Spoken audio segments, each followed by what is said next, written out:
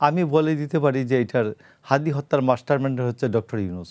আমরা খুশি হয়েছে যে হাদির সন্তান স্ত্রী অন্তত এটার বিচার পাবেন।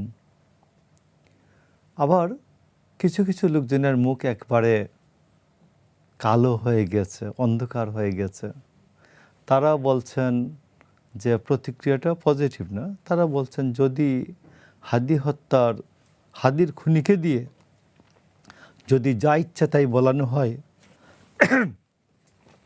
আমাদেরকে এই আমাদের নাম বলানো হয়, অথবা জুলাই যোদ্ধাদের ভিকটিম করা হয়, এইরকম আর কি ইনকিলাব মঞ্চের যোদ্ধাদের ভিকটিম করা হয়, তাহলে আরেকটি গণ অভ্যুত্থান নেমে আসবে, বলেছেন হাসনাত আবদুল্লাহ। তো আমার কথা হলো যে একটা তাইলে কি খুনি ধরা পড়া উচিত হয় নাই? খুনিকে না ধরলে উনি খুশি হতেন? খুনি ধরার সাথে সাথে উনি বলতেছেন যে যদি রিমান্ডে নিয়ে উল্টাপাল্টা বলানো হয়, কেন এই ধারণাটা হলো কেন? আমার তো আগে বক্তব্যটা হচ্ছে যে হাদি হত্যার যে আসামির সাথে তো আরও অনেকে আছেন আমি বলবো, এবং হাদির পুরোটাই একটা প্রকল্প, এটি একটি রাষ্ট্রীয় প্রকল্প। এটা বেড়ে ওঠা, তার বক্তব্য, সমস্ত কিছু এটা একটা রাষ্ট্রীয় প্রকল্পের মাধ্যমে এটা বিকশিত হচ্ছে, বড় হচ্ছে। মানে হাদি হত্যার ঘটনা হাদির বেড়ে ওঠার থেকে আচ্ছা একবারে গুলিবিদ্ধ হওয়া পর্যন্ত জি এটা, এবং দাফন কাফন পর্যন্ত, এটা একটা রাষ্ট্রীয় প্রকল্প। আপনি দেখবেন যে হাদি গুলিবিদ্ধ হওয়ার 25 মিনিটসের মধ্যে বা 30 মিনিটসের মধ্যেই দেখবেন যে বলছে, কিছু লোকজন স্ট্যাটাস দিয়ে বলল যে শাহজাহানপুরের দিকে বুলডুজার নিয়ে সবাই শাহজাহানপুরের দিকে মুভ করো, মানে তারা মির্জা আব্বাসকে টার্গেট বানাতে চেয়েছে। এক, তারপর মির্জা আব্বাসের সাথে হসপিটালে ঢাকা মেডিকেলে যে ব্যবহার করা হচ্ছে তাও তো কাম্য না। তারপরে দেখুন, এরপরে বলা শুরু হলো হাদি হত্যার, হাদি ভাই যদি মারা যায় তাহলে রুজ কিয়ামত ঘটায় দেব, হাসরের ময়দান ঘটায় দেব। সরকার নিশ্চুপ ছিলেন। হাদি মারা গেলেন, তারপরে প্রথম আলো, ডেইলি স্টার, উদীচী, ছায়ানট এগুলিকে গুড়িয়ে দেওয়া হলো। জাহাঙ্গীরনগর বিশ্ববিদ্যালয়ের ছাত্রনেতা এবং রাজশাহীর ছাত্রনেতারা বলছেন এগুলোকে গুড়িয়ে দিতে হবে। তো ইয়েও বলছেন, কি বলে আমাদের জাতীয় নাগরিক পার্টি এনসিপিও বলছেন, এনসিপিও প্রথম সমাবেশ করছেন যে এই করতে হবে।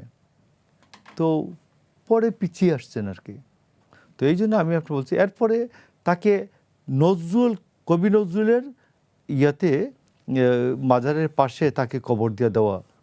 তো সেখানে আপনাকে মনে করিয়ে দিতে চাই, হুমায়ুন আজাদের মৃত্যুর পরে এরকম একটা প্রশ্ন আসছিল এখানে দেওয়া যায় কিনা। তো ঢাকা বিশ্ববিদ্যালয় তারা বললেন যে পটুয়া কামরুল হাসানের পর আর কাউকে এখানে, ওই সময় সিদ্ধান্তটা হয়েছিল এখানে আর কাউকে সমাহিত করা হবে না। তো এটাও ব্রেক করা হয়েছে। জানাজা থেকে আরম্ভ করে সব কিছু দেখবেন রাষ্ট্রীয় প্রকল্পের অধীনে হয়েছে।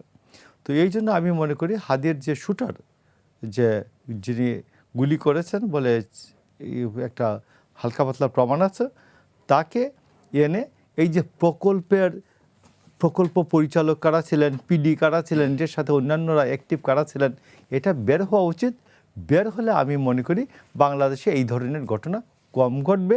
এবং আমি নির্বাচিত সরকারকে আমি অবশ্যই ধন্যবাদ জানাবো যে তারা এটা যোগাযোগ করেছেন, কারণ এই তো 6 মাসে তো এটা তো এই ডিসেম্বর থেকে এই পর্যন্ত তো এর আগের গভর্নমেন্ট তো সফল হয়নি হাদিকে ধরার ক্ষেত্রে। কিন্তু অনেকে বলছে যে হাদির মূল আসামি, হাদি হত্যার ঘটনার যে মূল আসামি শুটার ফয়সাল, তাকে এই নির্বাচনের আগেই তাকে গ্রেফতার করা হয়েছিল। এটা কতটুকু সত্যি বা কতটুকু আপনি এটা এই সম্পর্কে কি বলবেন? ভাই এইটার যে সোর্স, যে এটা আমি তো বলেই দিতে পারি অনেক কিছু।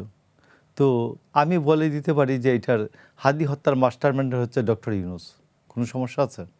কোনো সমস্যা তো নেই। মানে এটাকে বলা যায়। এবং হাদি হত্যার যে প্রকল্প, এই প্রকল্পের মূল প্রকল্প পরিচালক হচ্ছে ডক্টর ইউনূস। এটার সাথে অন্যান্যরা আছেন।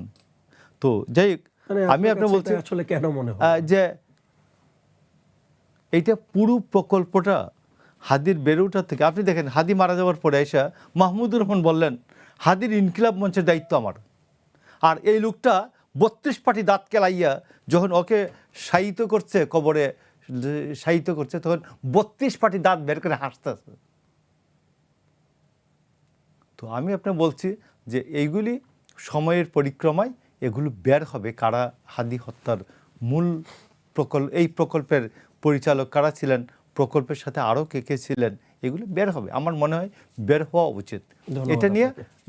তবে আমি মনে করি সব শেষ কথাটা হচ্ছে যে জেনুইনলি হাদি হত্যার একটা বিচার